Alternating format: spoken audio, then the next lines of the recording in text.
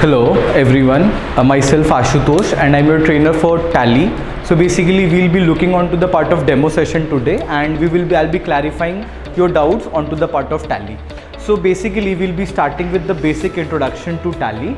So onto the part of basic introduction to Tally now, I have written here the aspects related to Tally. So when we start, Tally ERP9 was a previous software which we tend to use. Now we have updated, means the Tally Solutions Private Limited, the company has updated the version to Tally Prime. Okay, so we'll be looking onto the aspect of Tally Prime. So when we talk about Tally, Tally is basically an ERP software, and ERP, it stands for Enterprise Resource Planning. Okay, so when we talk about enterprise can be any organization or it can be any company. Okay. Secondly, when we talk onto the part of resources, so onto the part of resources there are 5 M's.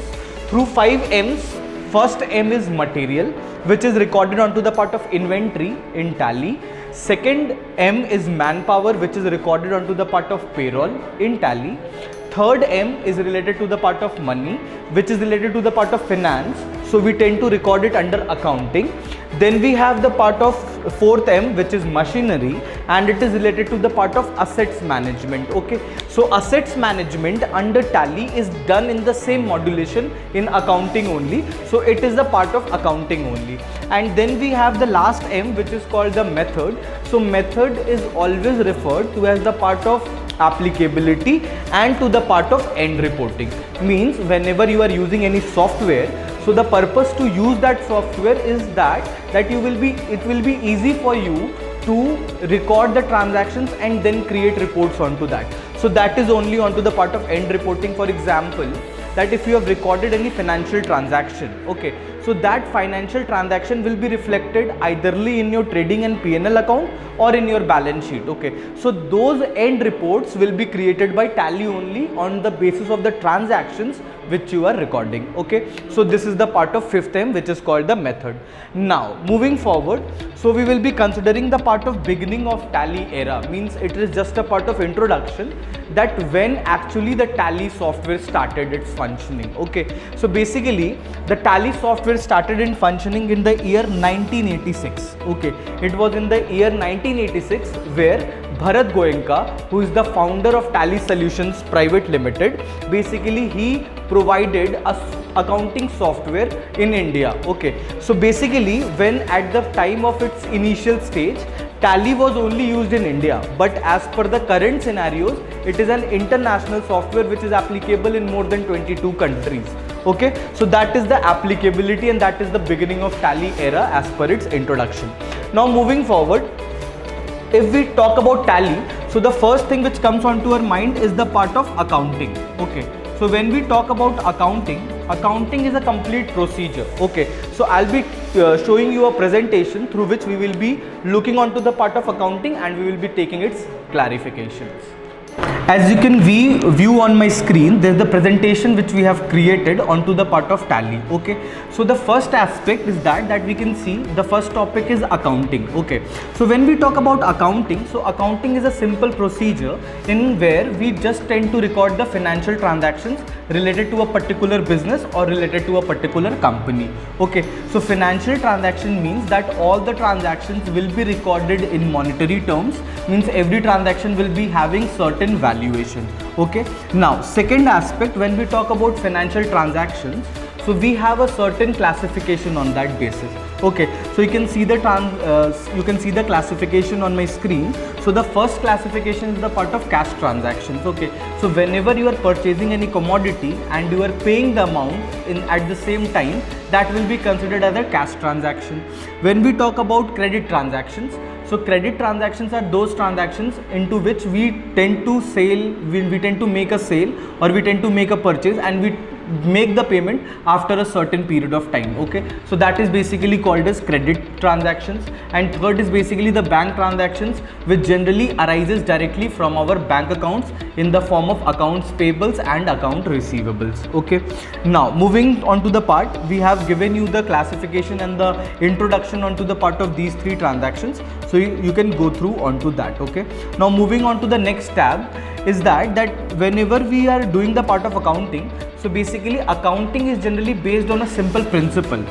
Basically, accounting has certain principles in its functioning. So the major principle which we tend to follow is the part of separate legal entity concept. Okay, so as per the separate legal entity concept, the owner and the business, these two are treated separately, means the transactions which are arised by the business will not be affecting the owner, and the transactions which is being made by the owner will not be affecting its business. Okay, so we can take a very good example onto that in case if you are preparing any part of balance sheet, so on the liability side, the first transaction which you tend to record is the part of capital. Okay, so as you know that capital is the amount invested by the owner in the business. Okay, so why the business is treating it as a liability, it must treat it as an asset now. So basically it is treating it as a liability because business assumes that if any person is investing in me, so we have to make that payment in return. Okay, so that is the reason why the business tends to provide capital plus the interest on capital to the owner for investing its money into the business. Okay, so this is the context here which I am displaying you on the screen, which is related to the part of separate legal entity concept and its clarification. Now moving on to the next tab, when we come along, then we have the part of that how we need to record the financial transactions. This is very much important. The recording of the financial transactions is based on the golden rule of accounting. Okay, so as per the golden rule of accounting, there are majorly 3 accounts as we tend to create in the accounting process. So basically these 3 accounts are classified as real accounts, nominal accounts and personal accounts. Okay, so as you can see on my screen, I have made the transactions onto the part of debit and credit because accounting is a double entry bookkeeping system. So double entry bookkeeping system means that each and every transaction will be having 2 effects, simultaneous effects on 2 parts. One will be debit and the other will be credit. And the major thing which you need to mention or which you need to understand is that both the debit and the credit side will always be equal. Okay, because whenever we tend to make any transaction in Tally na, so it basically considers that the debit and the credit aspects both should tally, both should be equal. Okay, so that's why we are looking onto the part of golden rule of accounting as per double aspect, dual aspect you can say. So as per the real account, we say that debit what comes in and credit what goes out. Okay, so when we talk about real accounts can be multiple in numbers, and its definition can be given that those accounts without which the business cannot operate its functioning, those accounts are termed as real accounts. Okay, so the examples of real accounts can be cash, bank, our assets, the part of any payables or receivables, sales, purchases. All these aspects will be considered into the part of real accounts. Okay, so basically in case if we are receiving any money, okay, so that at that moment we will be considering it as debit because we are recording the transaction, and as per the part of recording we are saying debit what comes in, so whatever is getting into the business will be debited. And in case if any particular item or if any particular transaction is arising where we are paying to some individual, so we are making our amount payable to some other people, hai na? So in that scenario we will be considering it as credit transaction. Okay, so debit and credit as per the real accounts should be taken as debit what comes in and credit what goes out. For example, in case if you take a transaction, for example, so in case if I say that cash deposited into bank rupees 50,000, okay, so basically the cash will be deposited into bank. So cash and bank both are real accounts now, and we are depositing the amount in the bank. So bank is receiving the money and cash is getting out of the business. So we will be debiting the cash, we will be debiting the bank account and we will be crediting the cash account. So that is the aspect of real account as you can see on the screen. Secondly, we have the part of personal accounts. So personal accounts relate to any individual or any company. It ceases to be in case if you are recording any name of a person or you're recording any name of a company. So in these 2 aspects we'll be taking it as a personal account. So personal account says that debit the receiver and credit the giver. So the person who is receiving the money will be debited and the person who is giving the money will be credited. Okay, so this will be the aspect of personal account. So we can take an example of this transaction also, that in case if Mr. Ram pays rupees 20,000 to XYZ Company Limited. Okay, so XYZ Company Limited is the receiver and Mr. Ram is the giver, he is the payer. So basically we'll be making the transaction as XYZ Limited Company account debited to Mr. Ram account. This will be an example for clarifying the aspect of personal accounts. Now moving forward, the third aspect which comes into play is the part of nominal accounts. So all those items which directly affect the profit and loss of the business will be considered as nominal items. Okay, so nominal account says that in case if you are making any expenses or losses, so those expenses and losses should be debited, and in case if you are receiving or if you are earning any incomes and gains, so that will be credited. Okay, so we can take an example for nominal accounts also. So nominal account, in case if I say rent paid rupees 10,000 in cash. Okay, so rent is basically an indirect expense which we are making. Okay, so rent is a part of expense and cash is the amount which we are giving. Okay, so it will be rent payable account debited to cash account. So this is the transaction for getting the clarification to nominal accounts. Okay, now moving forward to the next tab. Now we have to understand the concept of the financial year, the assessment year, these two aspects. So the financial year, as per the Indian accounting standards or as per the Indian accounting principles, it starts from 1st April and it ends up to 31st March. Okay, so basically it is a principle which has been defined into the part of accounting principles, which is called as accounting period concept. Okay, so this accounting period concept says that in case if any business is recording or maintaining any books of accounts, so basically those books of accounts needs to be started or needs to be opened at the beginning of the year, that will be 1st April, and then needs to be closed at the end of the year, which will be 31st March. So financial year as per the Indian accounting aspect always starts from 1st April and it ends at 31st March. Now we have the part of assessment year. When we talk about assessment year, so basically here the role comes of the part of previous year and the assessment year. So assessment means evaluation of the transactions. Okay, if we can take the example of audit. Audit is also an evaluation of the financial statements which we tend to make at the end of the year. Okay, so in case if you are making any evaluation, so basically that evaluation will be done only once the period gets ended. So in case if 2019-20 has been the period for which you have recorded the transaction, so for that the assessment year will be 2020 and 21, because the transactions can only be evaluated once the books have been closed. Okay, so that is the aspect of assessment year. Assessment year is always the year in which you are accessing the transactions which has arisen in the previous year. Okay, so that is the aspect of assessment year. Now moving forward, next is the part of financial statements. Financial statements as per the accounting concept is very much important because it tends to show us the end reporting of each and every transaction. Okay, so financial statements generally cover three different types of accounts.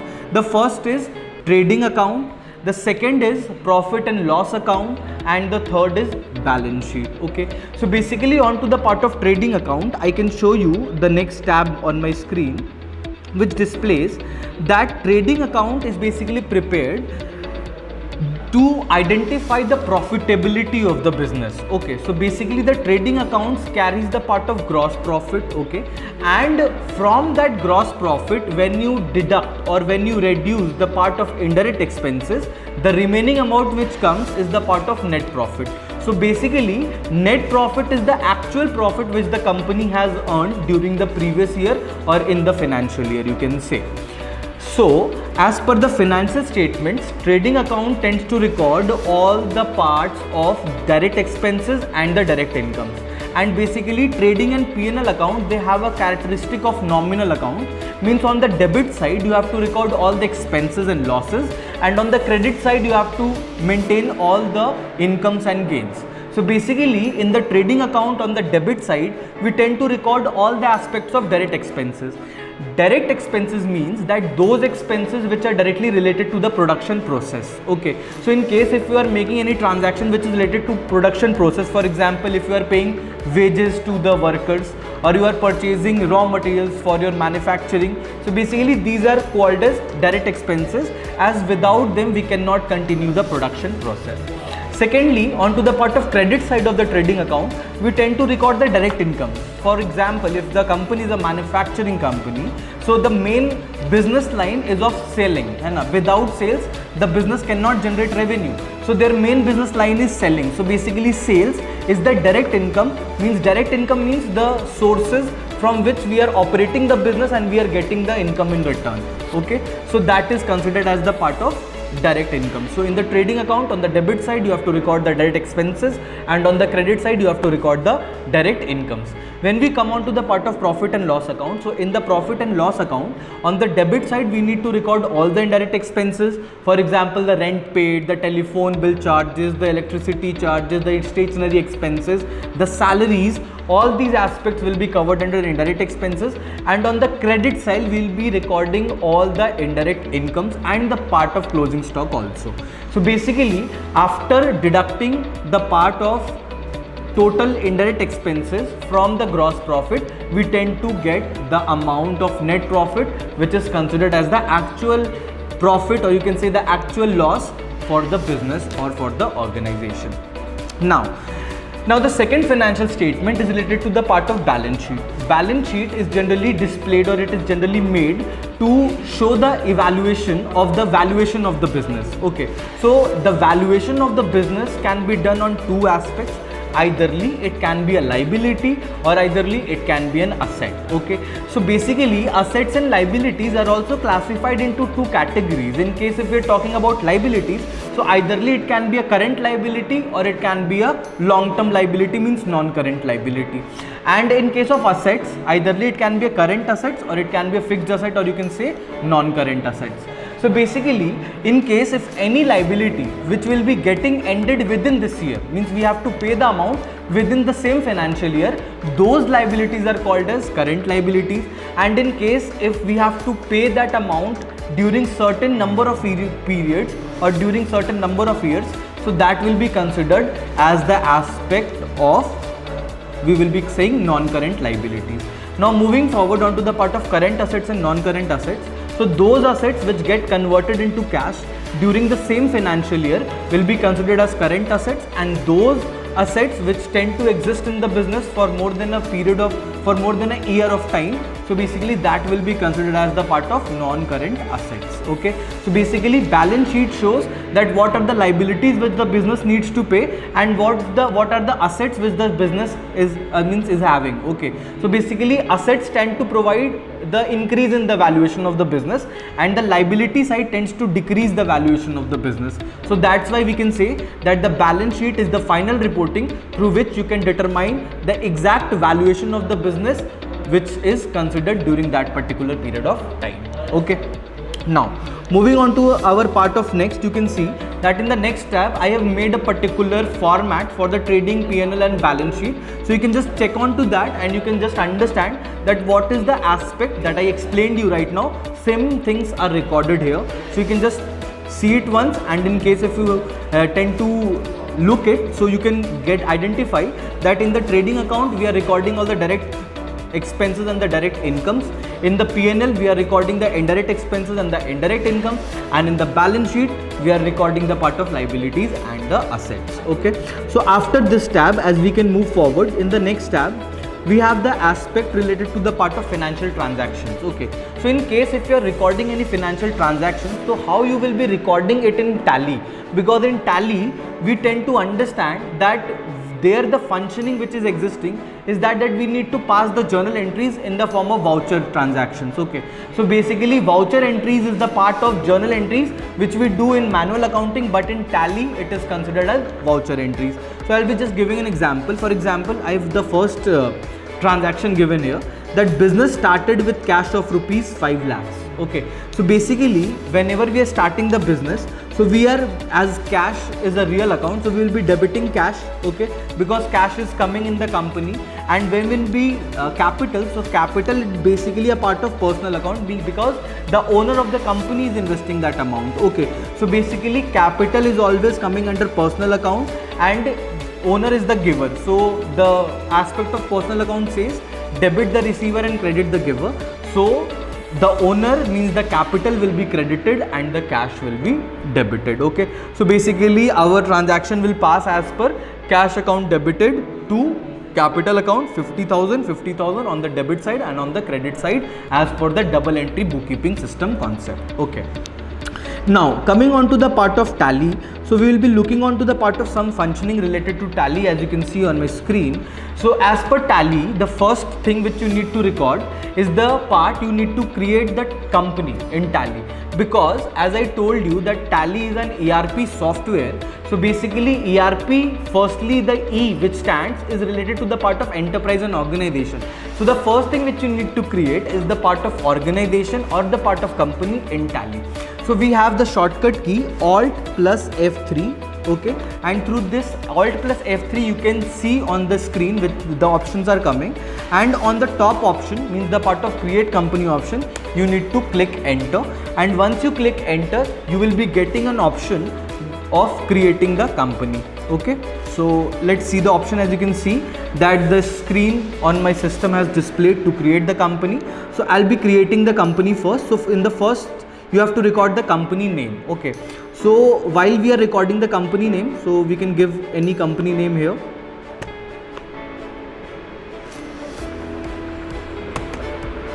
So I am creating a company as Ashutosh Enterprises. Okay, so basically the first thing is the part of company name, as I've mentioned here, Ashutosh Enterprises.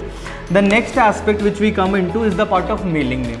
So in certain scenarios where the company is getting existed within a single name na, so in that scenario the company name and the mailing name will always be same. Okay, why I'm saying this in particular is the reason that the mailing name always gets displayed at the time of end reporting, means whenever you are creating any end report na, so at the time of creation or at the time of generation of that end report, you will be getting the option of the mailing name at the bottom of your sheet or at the bottom of your screen. So that is the reason why the company name and the mailing name should be same, so that the reports which are generated is generated in the same name as of the company's name. So basically the first criteria which you need to understand is that the company name and the mailing name should always be same. Now moving on to the next aspect, we need to record the address of the company. So I'll be recording the address. It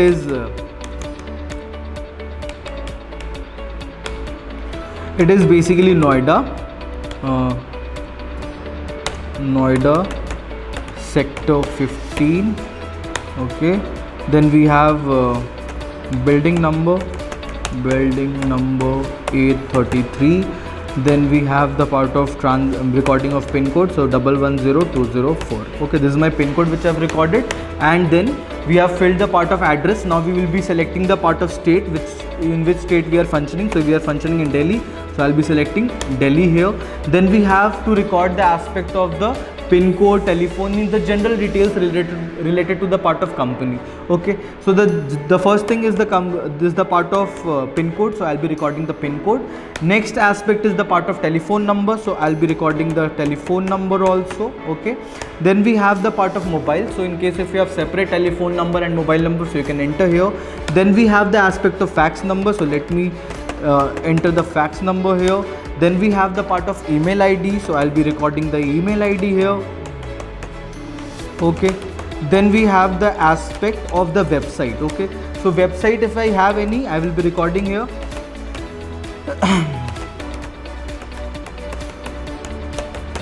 Okay, so this is the part of my website address.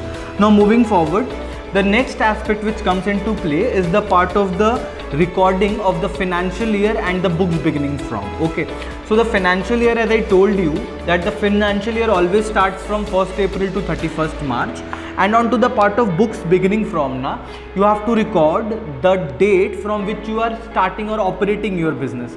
So in case if you have started your business in any of the previous years, so at that time the financial year beginning from and the books beginning from date will always be same. But if you are starting your business in the current year, so the business can start on any particular date. It is not necessary that the business will always start on 1st of April. Okay, so basically on to the part of books beginning from, in case if I am starting the company from 1st June 2020, so I will be mentioning 1st June 2020 in the aspect of books beginning from date. Okay, so the books beginning from and the financial year beginning from will be same if the company is created in any previous year, but if the company is created in the current year, so in that scenario the books beginning from will be the date from which the business is getting started, or else you can say the date of the commencement of business, and the financial year will always be constant. It will be from 1st April to 31st March.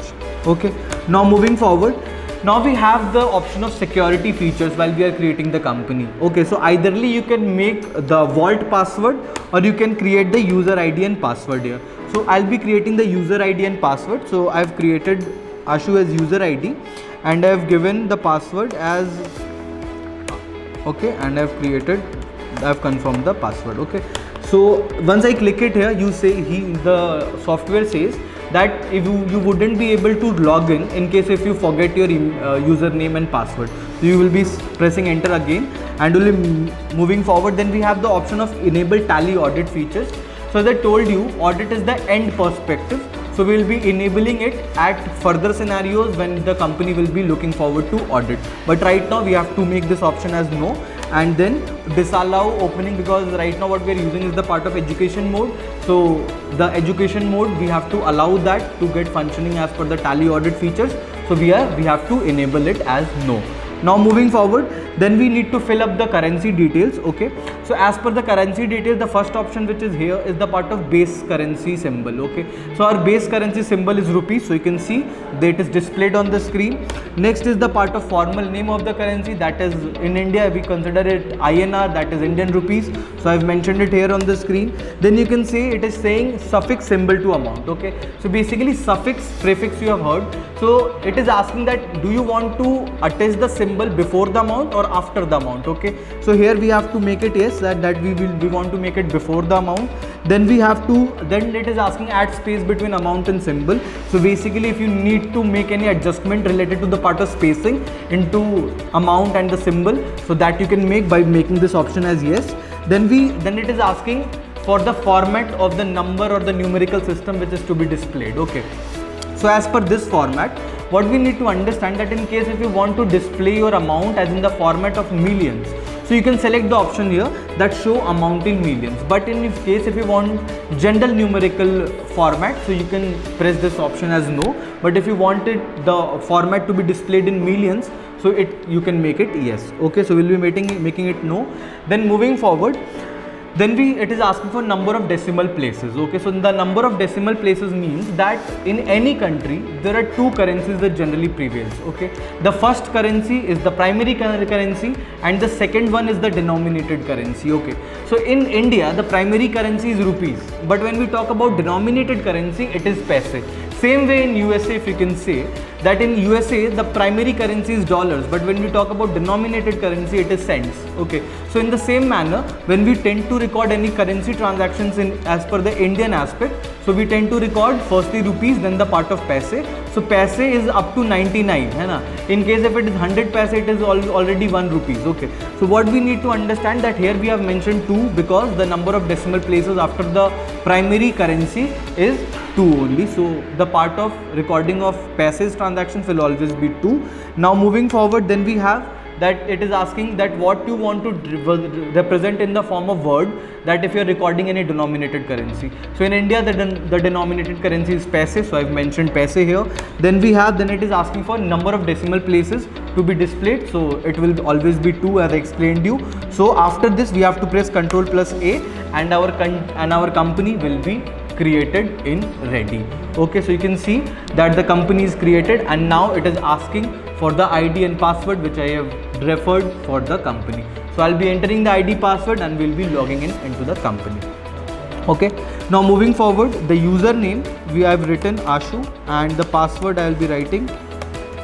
Okay, and then enter. Now you can see the company has opened and the first screen which is getting displayed is the part of setup or features. So basically if you want to enable any feature or if you want to disable any feature, you can use the shortcut as function F11 and through that you can move on to this screen from where you can enable or disable any of your functionalities. Okay, so as you can see on my screen, there are certain options which are being displayed. So the first option is related to the part of maintain accounts. So one thing I would like to clarify, that in Tally we can record the transactions on two aspects. The first can be maintain accounts only. So accounts only can be made applicable for those businesses which do not consider any part of inventories or materials. Okay, so in case if any company which is not related to manufacturing or it is not related to retail, so no commodities transactions are being arising there. So in that scenario, the company can record their transactions in Tally as per maintain accounts only. But in case if the company is related to the part of inventory and the company is supplying any materials or receiving any materials, so in that scenario we have to integrate accounts with inventory. As you can see in the inventory option, the second option is given here. As I'll move forward, you can see integrate accounts with inventory is given here. So in case if you want to record the accounting option also and the inventories also, so you will be enabling this option as yes, and then we can move forward. So generally I have made the applicability as yes. I'll be pressing Ctrl plus A, and then I'll be coming back onto the main screen, which is the main menu of Tally, you can say. That is the gateway of Tally screen. Okay, so this is the screen for gateway of Tally. So as per the screen, as you can see, the first option which is displayed is the part of create. Okay, so in case if you want to create any groups or if you want to create any ledgers, so you will be going on create. Okay, and in Tally is bit different as compared to manual accounting, because as per the manual accounting, the accounting process starts from journal entries and then we come on to the part of ledgers. But when we talk about Tally, so in Tally, firstly we tend to create the ledgers and then we tend to record the part of entries in the form of journal entries, or you can say the voucher entries as per Tally. So basically firstly we need to create the ledgers. So before creating the ledgers, the first option is the part of creation of group. Okay, so as you can see that in case if you want to select the items or the ledgers which you have already created, so you have to come on to the part of alter. You will pressing alter here. Okay, and the groups are already created in Tally. Okay, so there are in total around 28 to 30 groups which are created in Tally. So I'll be referring on to the part of groups. Now you can see these are the pre-existing groups which are already there in Tally.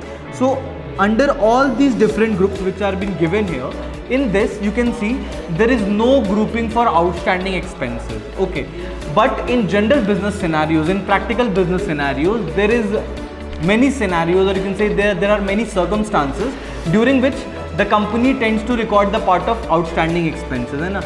So in that scenario, what we need to do is that we need to create the group first of outstanding expenses, and then we'll be coming on to the part of creation of ledgers. Okay, so we shall come back and then we'll be going on create, enter, and we'll be coming on group. So as I click on group, you can see that the group criteria has opened. So I'll be recording here first outstanding expenses as in the part of my group creation. Then outstanding expenses is always covered under the part of current liabilities. So under, I'll be taking current liabilities as option. I have taken current liabilities. Now I have to answer certain functionalities which has been given here. Okay, so the first thing which it asks is the part of group behaves like a subledger. So basically whenever you are creating a group, so group is never considered or never created into the part of subledger, because subledger means whenever you are posting any new ledger. Okay, so in that ledger, on the debit side, on the credit and on the credit side, we tend to record certain transactions. So those transactions which are recorded, those account groups which have been mentioned there, those are referred as subledgers. Okay, so the group will never be considered as subledger. So we will be making this option as no. Then it is asking net debit and credit balances for reporting. So yes, for reporting we need the net balances. So we will be making this option yes. Then it is asking that it is used for discounts, taxes, anything like that. So we are not using outstanding expenses for taxes and discounts. So we'll be making this option as no. And then it is asking that method to allocate when used in purchase voucher. So in case if you are allocating this particular transaction in purchase voucher, so we always consider the transaction by value. We never take the transaction by quantity. In exceptional cases, if there is inventories recorded in your purchase account, so in that scenario, you can take it as per the quantity values, but as per the outstanding expenses group, it is never considered as per quantity, it is always considered as per the group, means as per the valuation. So we'll be taking it as per the valuation only. Okay, so we'll be taking appropriate by value and we'll be pressing enter. Now you can see that our group is already created. Okay, now you can come on to the part of alter if you want to check. Now come on alter and you can see onto the part of groups we have the option here of outstanding expenses. So you can see here outstanding expenses is already created. Now press escape and come back onto the main page of Tally. Now we will be going on create, and the first aspect which we need to start is the part of creation of ledgers. Okay, so when we come on to the part of ledgers, we can create individual items here. So I'll be creating my first ledger because the business always starts with capital. So my first ledger will also be referred to as capital only. So I'll be making it as equity share capital. Okay, so equity share capital is my ledger name. Now it is under capital account only, so we'll be taking it under capital account, and now we'll be selecting the option of the mailing details. So it is a ledger, so we'll move option. We are not enabling any part of GST now because GST is a part which we carry out in further scenarios, so we'll not be looking onto that. And basically we'll be selecting enter and we'll be moving forward. Here basically the tax registration details which it is asking is related to the part of GSTIN number, means the goods and service tax identification number, which the government tend to provide in case if you take any GST registration. Okay, so right now we are not enabling any part of GST, so we'll be making it as no and we'll be moving forward. And here we have to record our opening balance. Okay, so basically in case if my opening share capital is of rupees 5 lakhs, so I'll be recording 5 lakhs here, enter and then again enter, and please press Ctrl+A and our ledger is being saved. Okay, so if you want to check that how many ledgers you have created, you can again come on alter. Okay, and you can come on to the part of ledger and you can see that the ledger which you have created is already mentioned here. One more thing which I need to clarify onto the part of ledger, that the ledgers of profit and loss account and the ledger of cash account is already created in Tally. You do not need to create it in separate. So basically whenever you want to record any opening balance onto the part of profit and loss account or onto the part of cash, so you can directly come on alter and you can select profit and loss account or cash like this. You can come on profit and loss account, enter, and you can see we can edit here as per our requirement. Okay, so this is the aspect of recording the ledgers. Okay, so basically after the creation of ledgers, we need to record the aspect of interest calculations, the part of cost centers and cost categories, then we have the multi-currencies transactions. So these are the aspects which we need to create as per the Tally functionality, and this was a brief introduction onto the part of Tally, that what exactly Tally is and how should we make its functionality available. Thank you.